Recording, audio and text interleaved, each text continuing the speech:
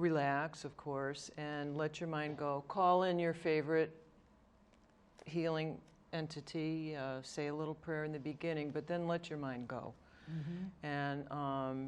And try to stay conscious, but have like a frame of mind of light expectancy. You know, just stay awake and watch for different sensations in your body. We call them registers, and the first register that most people experience is REM. They actually start to have rapid eye movement. I've actually had a couple of my clients have their arms levitate. People tend to describe a nice warm blanket, almost like a magnetic heavy, you know, like the x-ray blankets. They feel like there's a nice warm blanket on them that's very heavy. But then others will notice that their arms are raising. There's been some pretty significant twitching, and I did have one gal get on the table with a 3 or 4 day muscle spasm in her thigh that was very, very painful, and when she got off it was over, so that was nice. Is there some of the breathing exercises too that you ask people to do? No, just to kind of just relax and let your mind go. Don't try to focus on anything specific like breathing or anything. Yeah, just to see what happens. Okay, so now I'm in a relaxed state. Yeah. Okay, and I'm feeling warm. Then all of a sudden, let's say one of my problems. I'm coming to you for healing from a problem. Now, if it is an emotional problem, do I talk to you about that? Not until the end. We let the energies work for about 25 or 30 minutes, and then we process what you experience afterwards. So if what I'm processing are thoughts, and then all of a sudden I start crying, you still will let that... I will tell you in the beginning, if you at any time become uncomfortable and want to stop, let me know. Of course, we would do that. Yeah. Nobody's ever done that. No. Everybody wants more. So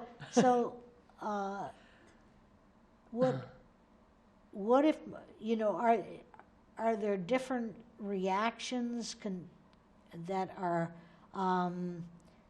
depending on whether the problem is physical, emotional, or spiritual? Yes. Yes, and they are. What would be the clues for you? It wouldn't be up to me to make that decision. It's the client that says to you. It's the client and their own, you know, energy, healing energies, you know, yeah.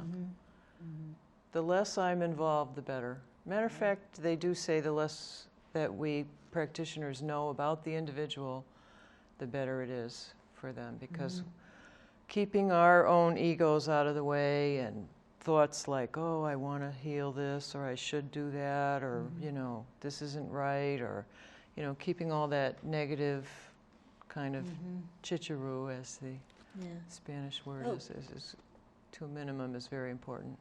How is this, what is your part in this? I mean, is it the training that you have, or is it the fact that you have reached a certain level of spirituality, trust? What is it that does that helps this? I think it's that both. Makes you a facilitator. I think it's both. We spend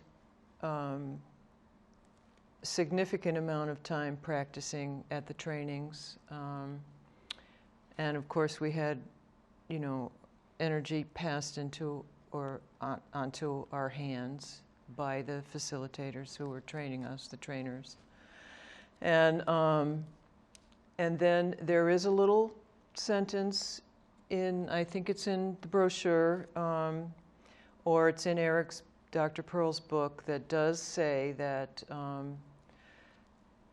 practitioners have success depending on their own right. In other words, what I determine that means is that the more I work on myself and the more in touch I become, the more I raise my own consciousness and do holy work, as we like to call it from the 70s, you know, Yeah. then the more I will be effective, Okay. you know. So now, healing practitioners get themselves grounded. Yep. So is that something part of what you do before you see a person? Is make sure that you are grounded and that you've asked for the energy to flow through you? That's a good thing, but it's even not necessary according to Dr. Pearl's theory. Mm-hmm. It's not like Reiki. In Reiki we were taught that, you know, we should cleanse afterwards and everything, but in the reconnection it's more like nothing can happen to us that's harmful because there's no harming going on. So, you know, it's just, I'm not going to absorb anybody's negative energy, or, you know, I don't have to smudge the room afterwards or anything like that. It's just, you know, because it's not up to us.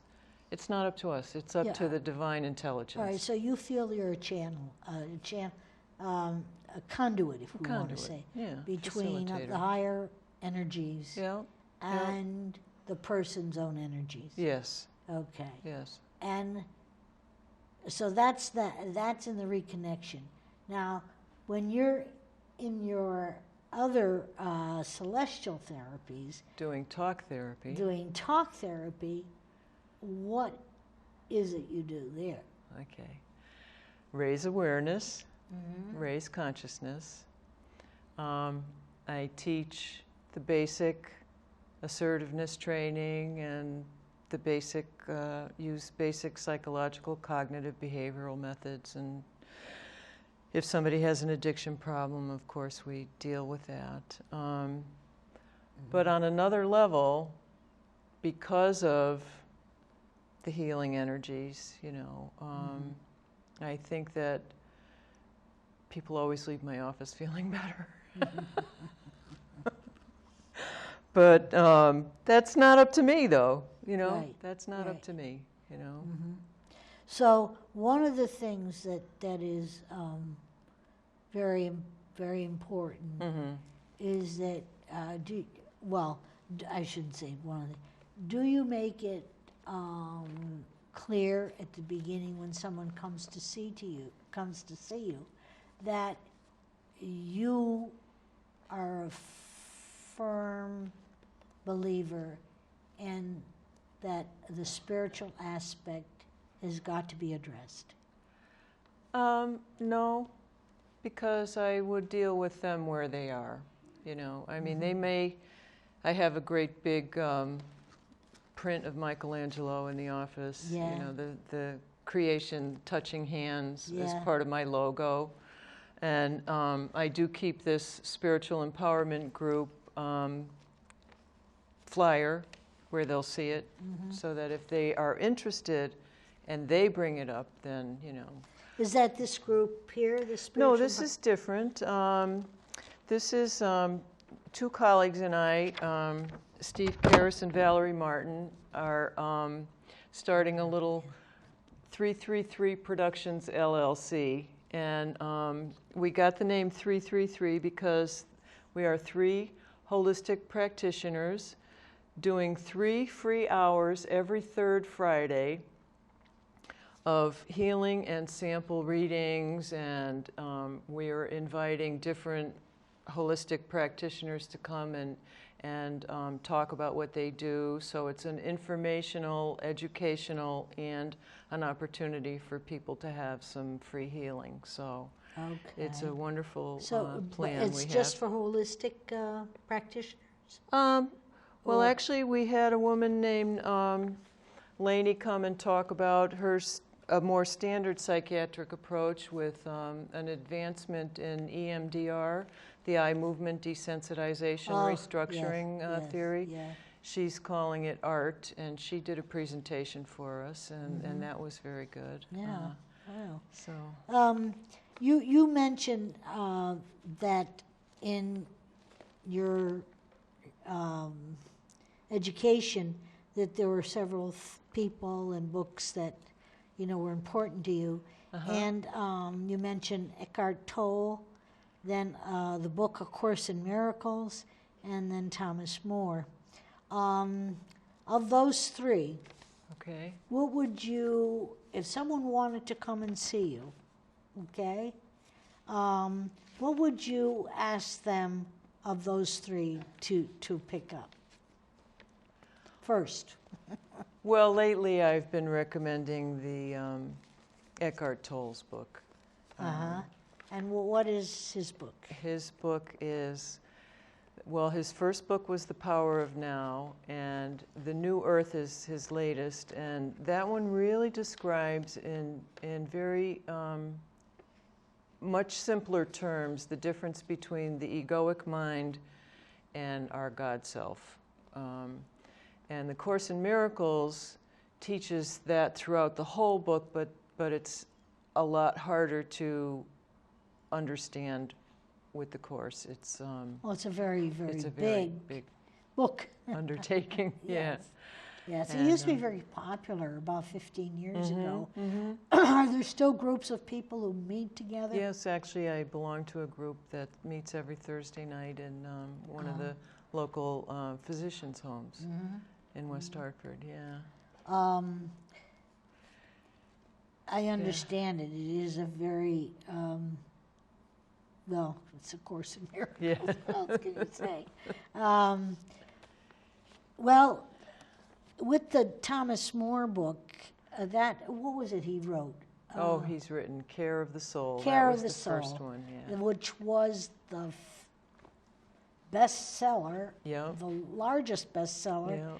of a book on spirituality, I think back in the 90s. Yeah, and he was actually bridging the gap, I think, between spirituality and psychology, I because think so.